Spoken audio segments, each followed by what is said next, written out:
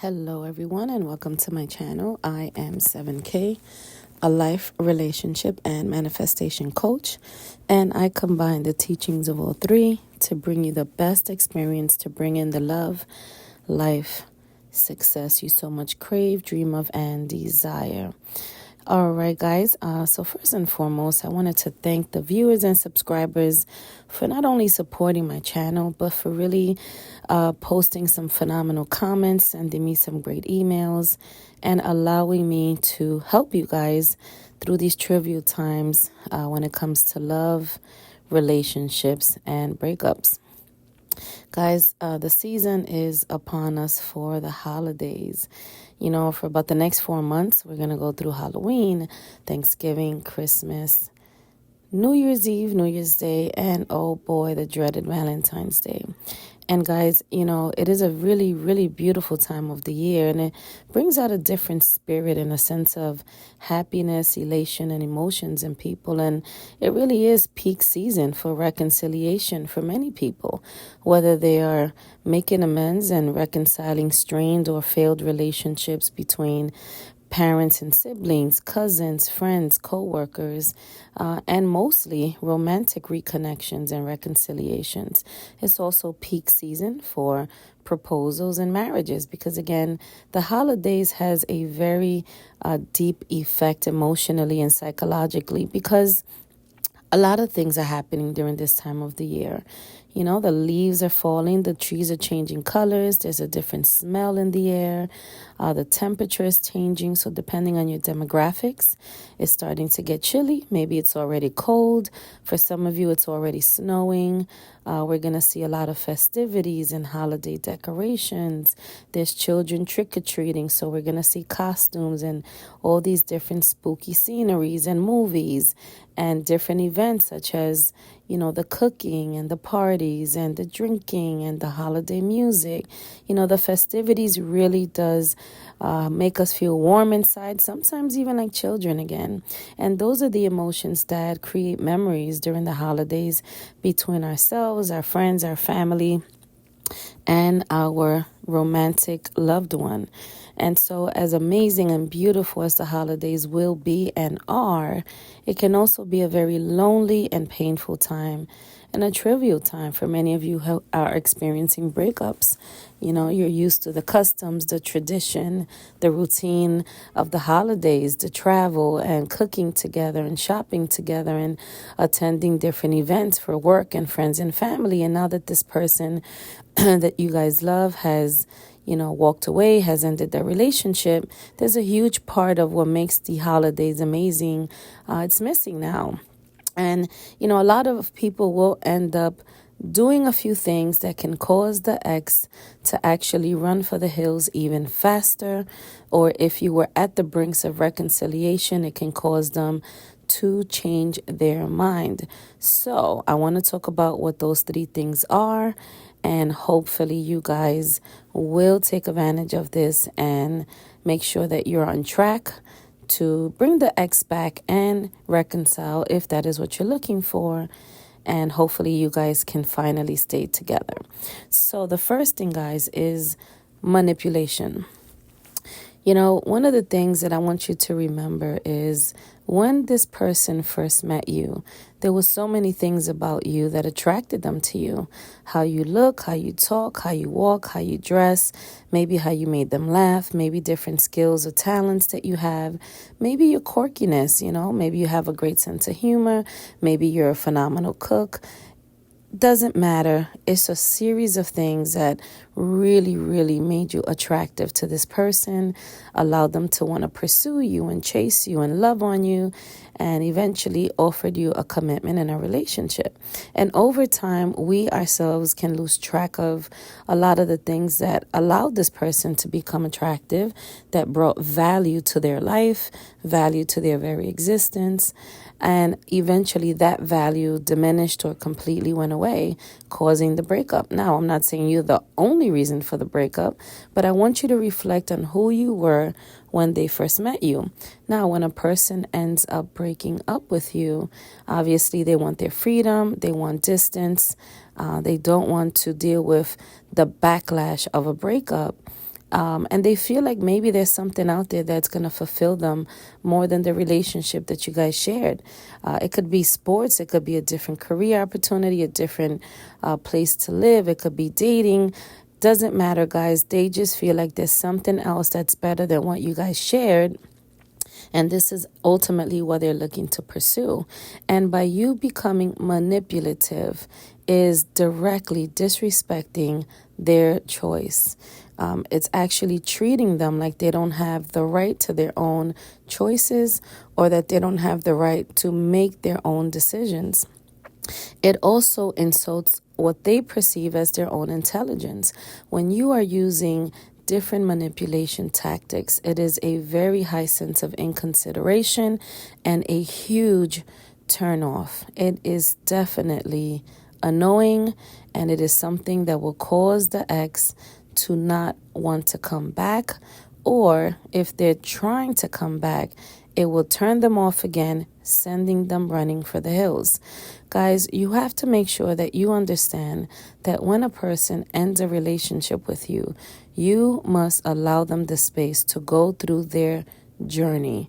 Because in order for them to be re-attracted to you, they have to see this for themselves.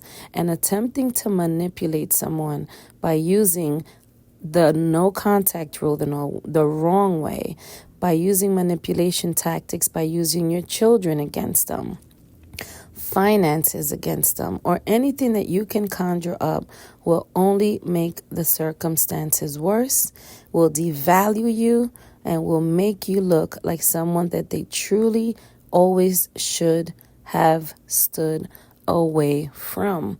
This is not the effect that you want to have on your ex if you still want them to come back. You must focus on respecting their space, their distance, their choice, and allow them to become re-attracted to you by you respecting anything that they're wanting to go through to determine for themselves that you indeed are the one they love and want to return to. So you must at all costs stay away from using any manipulation tactics, because at the end, it will only blow up in your face.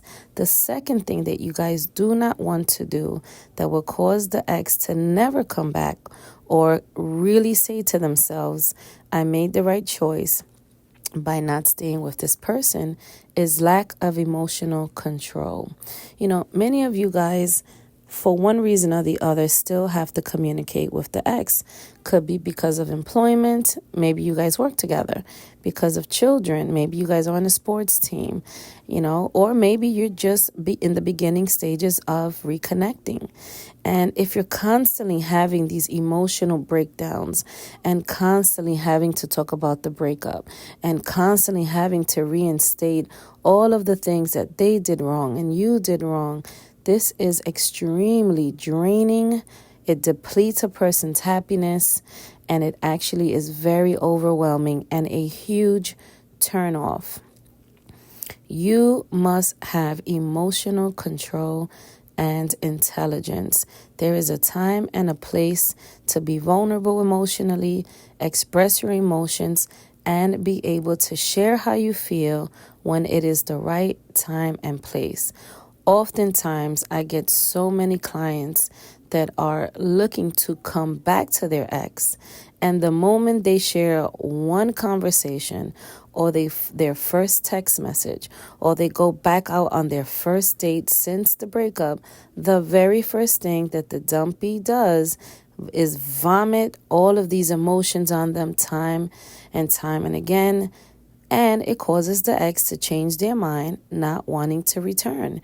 So guys, you have to have emotional control. We are adults. We must know our worth and our value, and we must posture ourselves in a way where we are respected, attractive, and magnetic as fuck.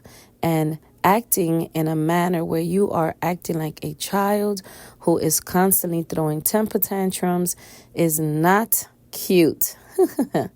But to say the least, guys, you really have to have a really high sense of maturity, and really know when certain conversations, especially the tough ones, must be had. So please learn to have emotional control. And if you are struggling with that, please book a few coaching sessions with me, because I am also a life coach. I'm not just a relationship coach.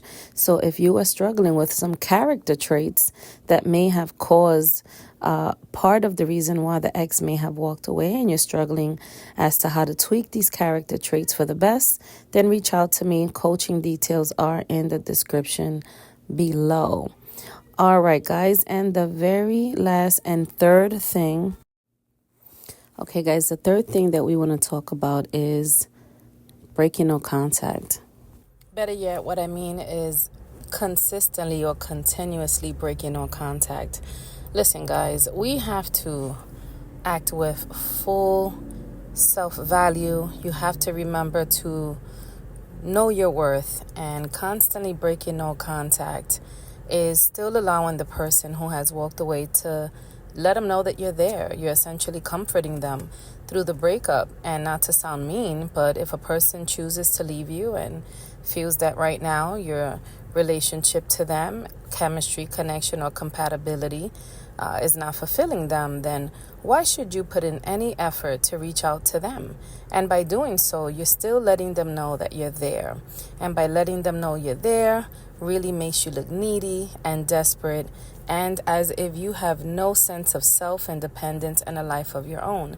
The last thing you want is for the dumper, your ex, to think that you're spending days and nights, 24 hours of them, pining, crying, and just thinking of them.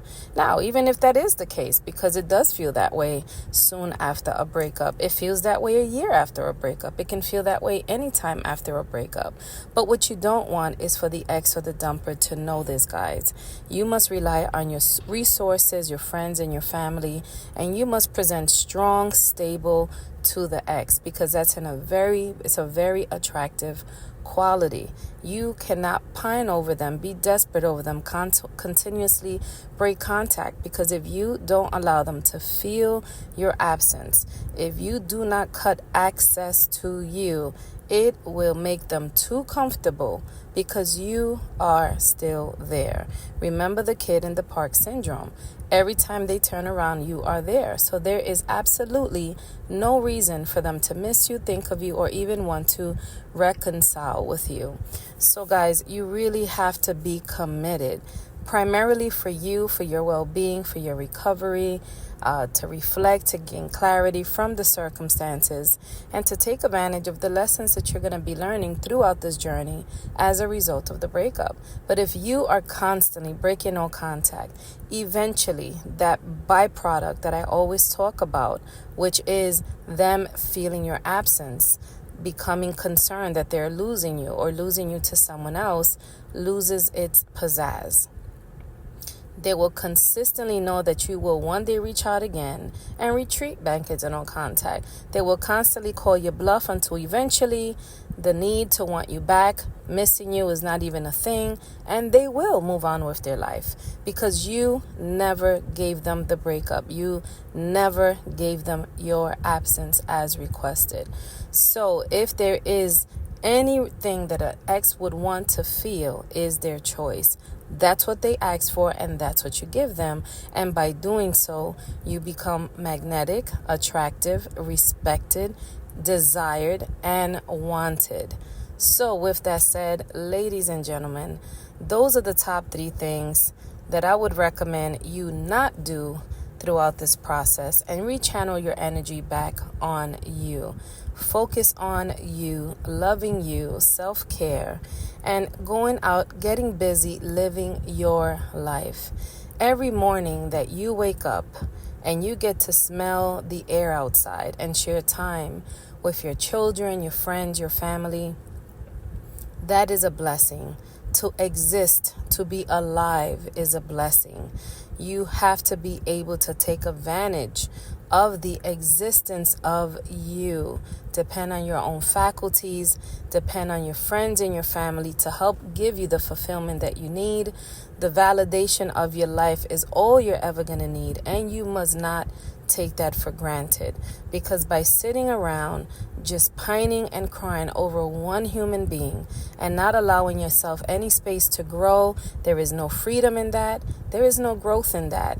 There is nothing to be gained in that other than loss, and possibly the permanent loss of the person that you love. So let's get up, let's get busy, let's get to living, and allow this person to come for you. Guys, I hope that this video helped. If you have any questions, please post them in the comments or leave your comments. Don't forget to subscribe, like, and share. Obviously, if you need more help, please do reach out and set up some personal coaching sessions with me. The instructions as to how to do that is in the description below. And do subscribe, because I'm going to be doing my first live here in a couple of days. And if you haven't subscribed to me, then you won't know that I'm coming on. So again, guys, remember that you have the power, and on to the next video.